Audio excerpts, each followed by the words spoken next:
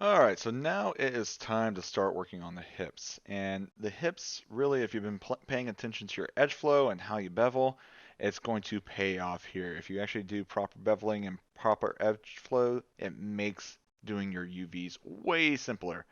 So, with that said, let's kind of select this, hit Control 1, and what we're going to do is pretty much rip off this top part right here and the back part and have them separate, but then we're going to keep the side and the front and the other side kind of attached together.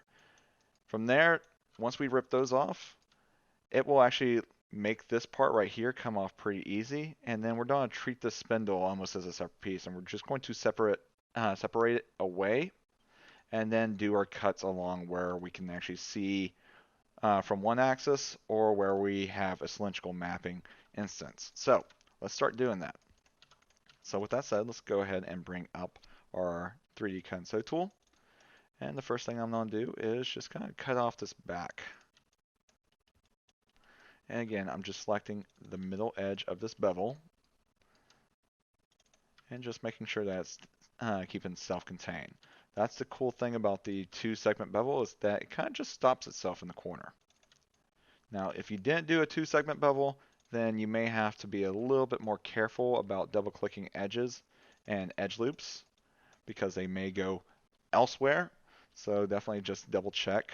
And remember, just because your UVs or your models may not be exactly like mine, as long as you're showing that you understand the core concepts of modeling and UVing, that's all that matters because what always matters is the end result. And how you get there is your own way. So, again, we'll just make that cut right there. And there we go. So now that should be separated. And then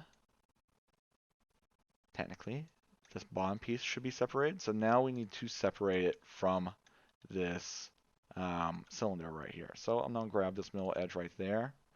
And luckily that just kind of goes all the way around. So that was pretty easy. So just double clicking that separated this whole entire object from there. And to get an idea of what that should look like, I'm going to just go ahead and start kind of double clicking my shells and moving them off of each other. So there's our top, there's our front and sides, and here's our bottom. I'm just going to take this guy and move it off to the side. I'm going to quickly save. All right, and now that I'm saved, I'm going to just go ahead and hit this with the unfold, just so that we can see whether or not our theory is working. So hit unfold, and as you can see, this laid out nice and straight. That's looking pretty good. So this part right here, so there's our bottom, and now we have kind of like, a good bit of like kind of blocky pieces, but they're now nice and straight. We got a little bit of bow on them on some parts, but we can always adjust that if that is necessary. But yeah, that's looking pretty good. All right, now we need to start focusing on this part right here. So we're just going to bring out our cut and sew tool again and grab the middle edge that goes all the way around and cuts that. And then we want to cut this peg off because again, we can kind of see the side from one angle along with this right here. So we need to separate this because that's going to need more of a cylindrical mapping. And then cut there. So that's looking good. And we'll repeat that same process on these other sides. So middle edge right here around the corner. Middle edge right here on the bevel. And then middle edge right here on that. Now, let's kind of divide this like we did with the head. So this will lay flat. That will lay flat. This already has this vertical cut in there, so we can actually lay that flat pretty well. That's the tip of this right here, so that will lay flat. This will lay flat, but then we need our vertical cut for this right here. So where do we put that vertical cut? Well, let's take a look at our model. So we have a section of that peg that will probably never be seen, so we can probably put our cut somewhere in the front of it. So let's go ahead and hit Control 1 to isolate selection. And then we're just going to double click these edges. And then now we should be good to unfold. So again, let's save. And now select all this right here, hit unfold, and that is laying out pretty beautifully. So sometimes my pivot is getting off right here. Let's kind of go ahead and see if I can reset this tool. All right, center pivot. All right, double click that. Let's go back to our UV toolkit, and now we're good. All right, so we do need to straighten some of this stuff out. So what I want to do is let's start with right here. We're going to straighten this out. So straighten UVs. That's looking good.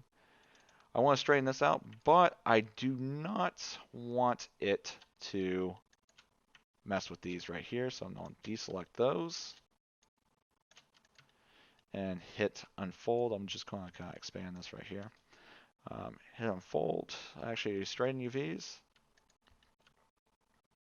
and then probably unfold along. Now let's do unfold along V. That way we can kind of make that adjustment right there. And so actually, let's not do the unfold along. So let's go ahead and Z back. And probably just make that adjustment by hand. All right, so grab these right here. Now, to be fair, we probably didn't need to do that. It was already pre-straight.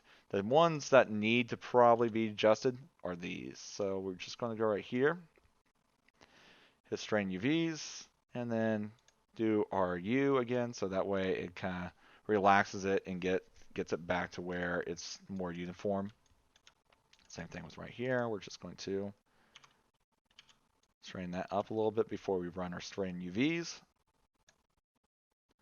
And then unfold along the U so that way it relaxes it for a bit. And everything else is looking pretty good. So, like always, we're just going to kind of